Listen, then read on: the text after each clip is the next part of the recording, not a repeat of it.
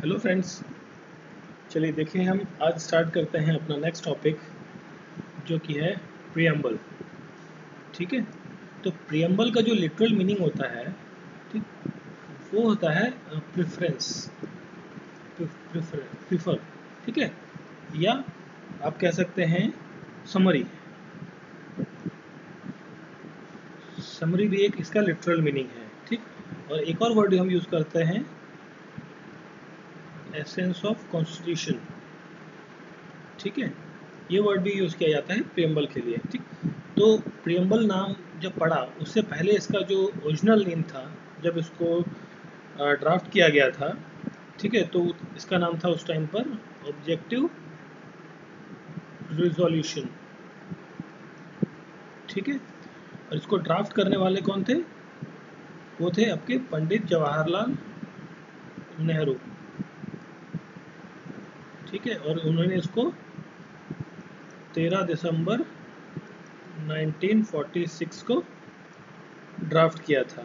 ठीक है, और इसमें एक और चीज़ है, एक और इम्पॉर्टेंट डेट आती है कि कॉन्स्टिट्यूएंट असेंबली ने इसको कौन सी डेट में अडॉप्ट किया कि भाई हम प्रियम्बल रखेंगे अपने संविधान में। वो डेट थी आपकी 22 जनवरी 1947 को। इस डेट में अडॉप्ट किया गया था इसे।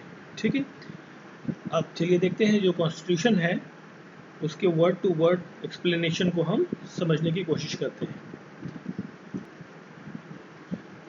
चलिए देखिए, यहाँ पर जो है सबसे पहला ये वर्ड लिखा गया है we the people of India, है ना।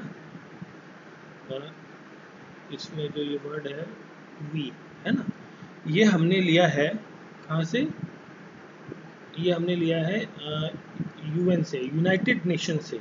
ठीक है, ये वर्ड जो है we the people of India, हम भारत के निवासी, है ना, नागरिक, तो ये वर्ड हमने लिया था यूएन से, यूनाइटेड नेशन से, और यूनाइटेड नेशन ने लिया है यूएस के कॉन्स्टिट्यूशन से। ठीक है, फिर देखिए प्रेम्बल क्या कहता है, we the people of India have solemnly resolve to the constitute India into a sovereign socialist, secular, democratic republic and to secure all its citizens।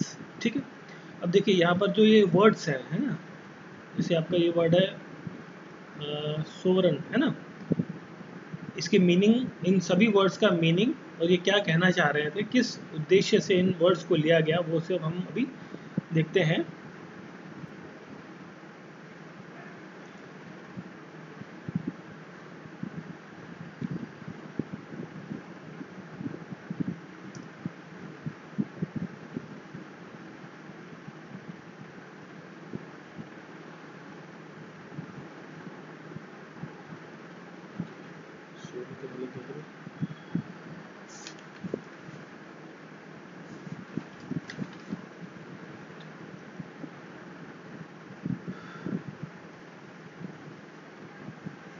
चलिए देखिए, सबसे पहले क्या है, आपका जो वर्ड है वो है सोवरन, है ना। तो सोवरन का मतलब होता है आपका, ठीक है,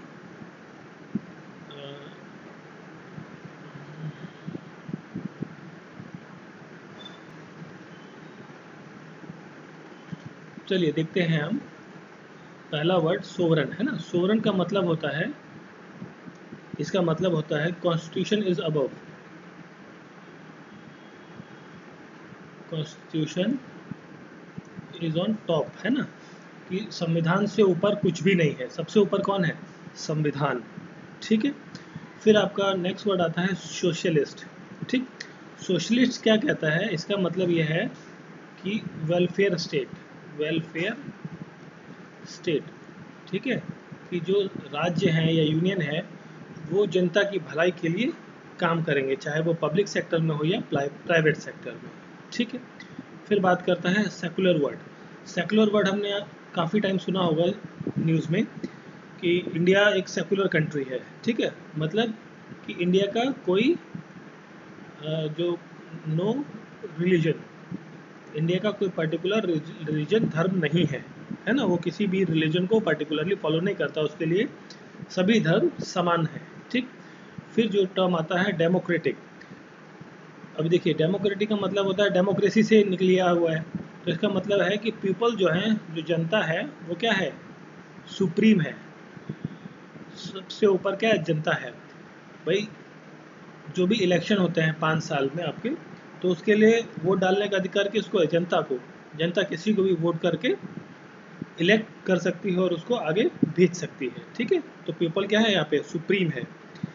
अब फिर आता है आपका रिपब्लिक, है ना।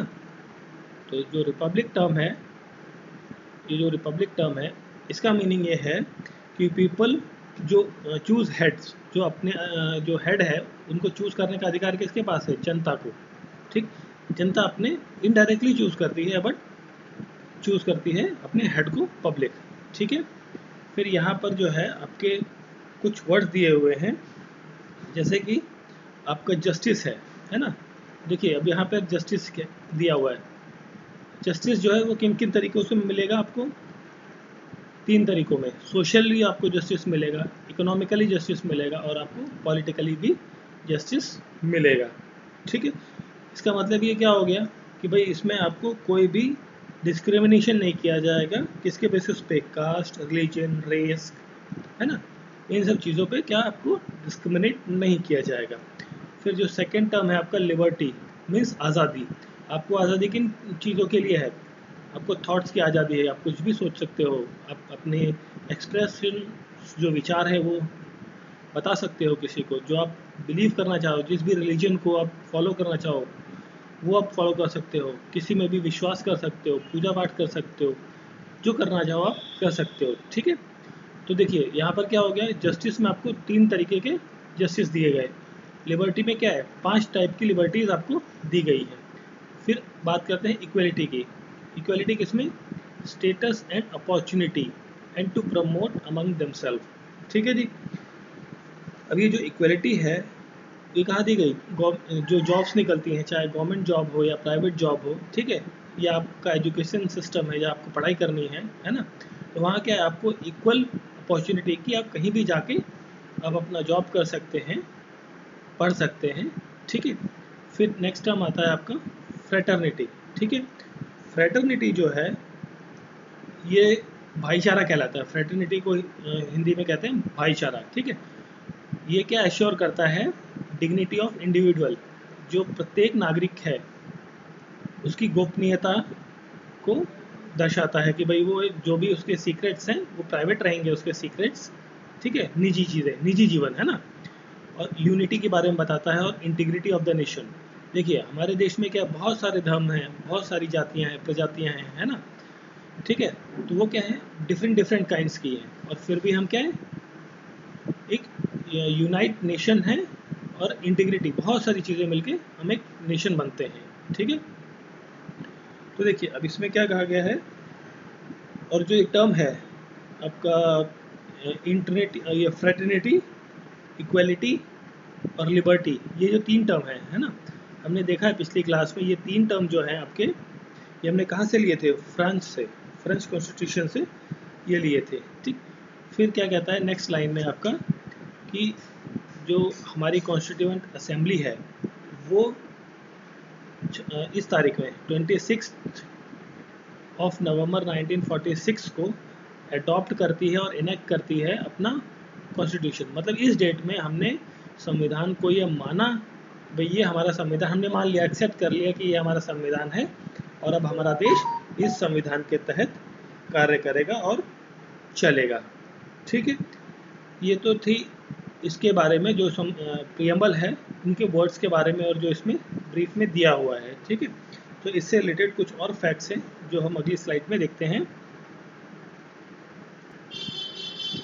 चलिए देखिए, हमने अपनी पिछली क्लास में एक कुछ बात करी थी, एक एक्ट था आपका amendment act, sorry 42nd amendment act, 47 amendment act जो हुआ था वो कब हुआ था, 1976 में, है ना। तो इसमें क्या है, इस टाइम पर क्या लगी थी आपकी, नेशनल इमरजेंसी, ठीक है, नेशनल इमरजेंसी आपकी लगी हुई थी। और इसी एक्ट के दौरान 3 नए वर्ड्स, ठीक, 3 वर्ड्स जो है आपके प्रियम्बल में ऐड किए गए। वो वर्ड्स थे सोशलिस्ट, सेकुलर एंड इंटीग्रिटी। ठीक है, ये 3 वर्ड्स जो हैं आपके प्रियम्बल में ऐड किए गए कि अब तक जो है, जब से हमारा संविधान बना है तब से अब तक सिर्फ प्रियम्बल में एक ही बार अमेंडमेंट हुआ है, वो भी 42nd अमेंडमेंट हुआ था। ठीक है, अब इसमें कुछ केसेस हैं जो प्रियम्बल में के लिए काफ़ी इम्पोर्टेंट है। तो जिसमें सबसे पहला केस आता है आपका, सबसे पहला केस आता है बैरूबेरी यूनियन केस। यूनियन केस 1960 में हुआ था। बैरूबेरी वर्सेस यूनियन ऑफ इंडिया के तरफ केस हुआ था। तो इस केस के तहत जो सुप्रीम कोर्ट है, ठीक है, उसने कहा कि प्रियम्बल जो है आपके कॉन्स्टिट्यूशन का पार्ट नहीं है, कॉन्स्टिट्यूशन का पार्ट नहीं है, इस केस के तहत कहा गया। ठीक है, उसके बाद एक दूसरा केस आया जो काफ़ी इंपॉर्टेंट, मोस्ट इम्पॉर्टेंट केस है, Keshavananda Bharati case. Keshavananda Bharati versus Kerala state government जो थी, ये केस उसके अगेंस्ट था। ये था 1973 में। ठीक है, इस केस में कहा गया कि सुप्रीम कोर्ट के द्वारा कि जो आपका प्रियम्बल है वो पार्ट है किसका, कॉन्स्टिट्यूशन का। ठीक है, पिछले केस में क्या कहा गया कि पार्ट नहीं है, जो आपका बैरूबेरी केस था, और इसमें क्या, केशवानंद भारती केस में सुप्रीम कोर्ट ने कहा कि ये इसका पार्ट है। ठीक, और इसे जो है, जो आपका प्रियम्बल है, इसे अमेंड किया जा सकता है, अमेंड किया जा सकता है आर्टिकल 368 के तहत। देखिए, कोई सा भी अमेंडमेंट लाना है हमें कॉन्स्टिट्यूशन में तो वो 368 के तहत लाना पड़ेगा। ठीक है, मगर यहाँ पर क्या किया कि सुप्रीम कोर्ट ने एक नई चीज़ ऐड कर दी। सुप्रीम कोर्ट ने कहा कि भाई एक कॉन्सेप्ट दे दिया किसका, बेसिक स्ट्रक्चर का, बेसिक स्ट्रक्चर ऑफ कॉन्स्टिट्यूशन का कॉन्सेप्ट दे दिया सुप्रीम कोर्ट ने कि भाई देखिए, अमेंड तो किया जा सकता है मगर उसके बेसिक स्ट्रक्चर को हार्म नहीं होना चाहिए। बट इस केस में सुप्रीम कोर्ट ने बेसिक स्ट्रक्चर को, स्ट्रक्चर जो था उसको क्या किया, डिफाइंड नहीं किया कि भाई जो बेसिक स्ट्रक्चर है वो क्या है, वो डिफाइन नहीं किया। बस उन्होंने क्या दिया कि भैया बेसिक स्ट्रक्चर को हार्म नहीं करना चाहिए और आप अमेंड कर सकते हैं। ठीक है, अब इसके बाद एक और केस आया जो था आपका LIC of India case. LIC of India case, ठीक है, ये आया 1995 में। ठीक है, इसमें सुप्रीम कोर्ट ने कहा कि जो आपका प्रियम्बल है वो इंटीग्रल पार्ट है किसका, इंटीग्रल पार्ट है, पार्ट ऑफ कॉन्स्टिट्यूशन है वो। ठीक है, इंटीग्रल पार्ट है कॉन्स्टिट्यूशन का। ये कंफर्म हो गया भैया कि भाई ये पार्ट है बेसिकली कॉन्स्टिट्यूशन का। ठीक, बट इस टाइम पर भी सुप्रीम कोर्ट ने नहीं कहा, बताया कि भाई सुप्रीम कोर्ट ने इस टाइम पर भी यही कहा कि भाई बेसिक स्ट्रक्चर को हार्म नहीं होना चाहिए। बट इस टाइम पर भी सुप्रीम कोर्ट ने कोई डेफिनेशन नहीं दी कि भैया कि ऐसा ऐसा होगा तो स्ट्रक्चर को हार्म होगा, है ना। तो और हालांकि सुप्रीम कोर्ट ने आज तक ये डिफाइन नहीं किया कि बेसिक स्ट्रक्चर होता क्या है। जैसे जैसे केसेस आते गए उस हिसाब से सुप्रीम कोर्ट ने अपने वर्डिक्ट्स देते चले गए। ठीक है, इसमें तो ये 3 इंपॉर्टेंट केसेस थे। ठीक है, तो पहला क्या था आपका बर्बरी यूनियन केस जो 1960 में हुआ। दूसरा था आपका केशवानंद भारती केस जो 1973 में, ये मोस्ट इम्पॉर्टेंट केस है, इसके बारे में हम डिटेल में अपने सेपरेट लेक्चर्स में देखेंगे। और फिर एक थर्ड केस था जो प्रियम्बल से रिलेटेड है, वो आपका LIC ऑफ इंडिया 1995 का केस है। ठीक है, चलिए फिर हम बात करते हैं कि प्रियम्बल को डिफरेंट लोगों ने कुछ अलग अलग तरीके से संबोधित किया कि ये क्या क्या है ना। जैसे बोलते हैं ना, सैल्यूटेशन टाइप का दिया एक तरीके से। तो एक व्यक्ति थे के एम मुंशी,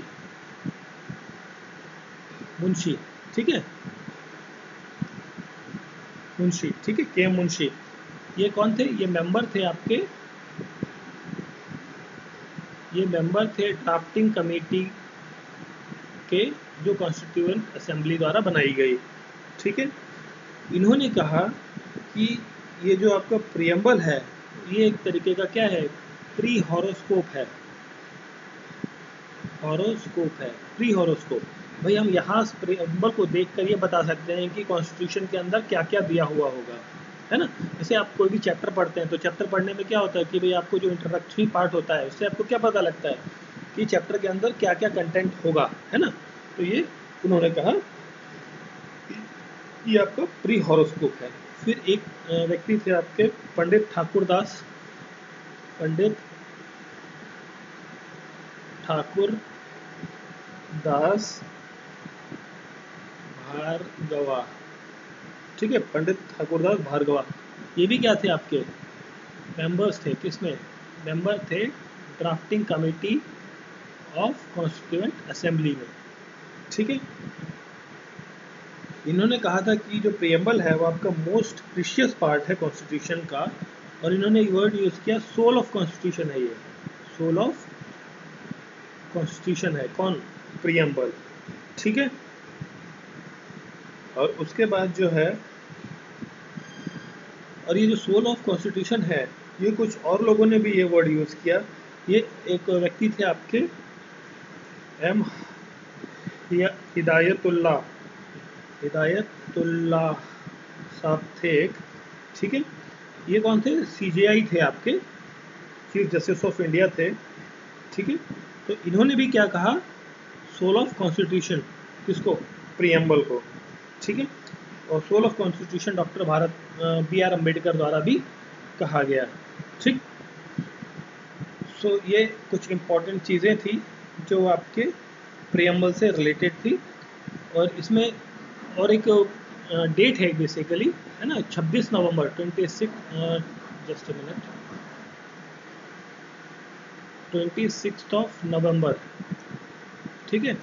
इसे हम कॉन्स्टिट्यूशन डे भी कहते हैं। इस डेट में हमारा क्या हुआ था? अडॉप्ट कर लिया था कि भैया हमारा संविधान लागू होगा, हमने साइन वाइन कर लिए थे, है ना। देखा था हमने, जो स्लाइड थी हमारी उसमें लास्ट में लिखा हुआ था ना, देखिए देखिए यहाँ पर हमने लिखा था ना कि 26 ऑफ नवंबर 1949 को हमने क्या किया? अडॉप्ट कर लिया और इनेक्ट कर लिया, कि हमने मान लिया था ये सब कि संविधान हमारा ये है और इसके हिसाब से हम चलेंगे, ठीक। तो इस डेट को कॉन्स्टिट्यूशनल डे के रूप में भी मनाया जाता है हर साल, ठीक है। और इसमें एक और इम्पॉर्टेंट चीज़ है, तो देखिए ये तो आपका हो गया, बट इसको जो लागू किया गया था इसके लिए डेट आपकी रखी गई कौन सी? 26 ऑफ जनवरी, ठीक है। 1950 को ये ऑफिशियली लागू हुआ, इसे रिपब्लिक डे से, रिपब्लिक डे के तौर पे हम इसे मनाते आ रहे हैं, ठीक है। So thank you for watching, मिलते हैं नेक्स्ट वीडियो में।